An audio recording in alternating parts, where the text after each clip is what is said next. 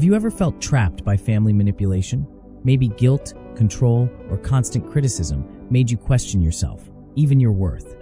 If that sounds familiar, today we're talking about the emotional freedom plan after family manipulation, a roadmap to reclaiming your peace, your power, and your life. Acknowledge the manipulation. Step 1 is simple but powerful. Acknowledge what happened. Family manipulation can be sneaky. Guilt-tripping, gaslighting, or favoritism often feels normal, but it's not. Recognize that the manipulation wasn't your fault. Start by journaling your experiences. Writing them down makes your feelings real and gives clarity. Set boundaries. Step 2 is all about boundaries. Manipulative family members often push limits because they can. Decide what's acceptable and what isn't.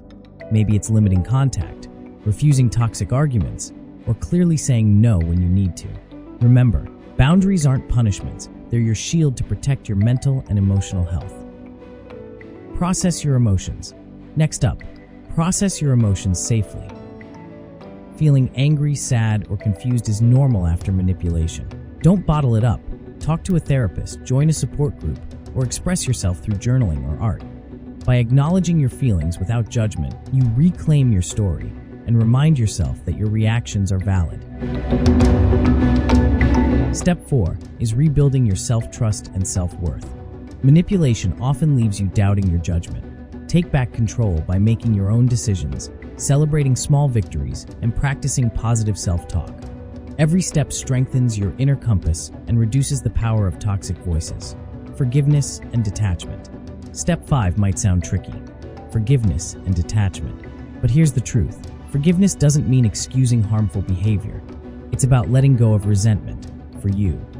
Detachment is emotionally separating from toxic patterns while staying clear about your boundaries. Together, they free your mind and heart. Build a supportive circle. Finally, surround yourself with supportive people. Friends, mentors, or community members who validate you can reinforce healthy relationships and remind you that love and trust exist outside of toxic family dynamics. Empowerment message.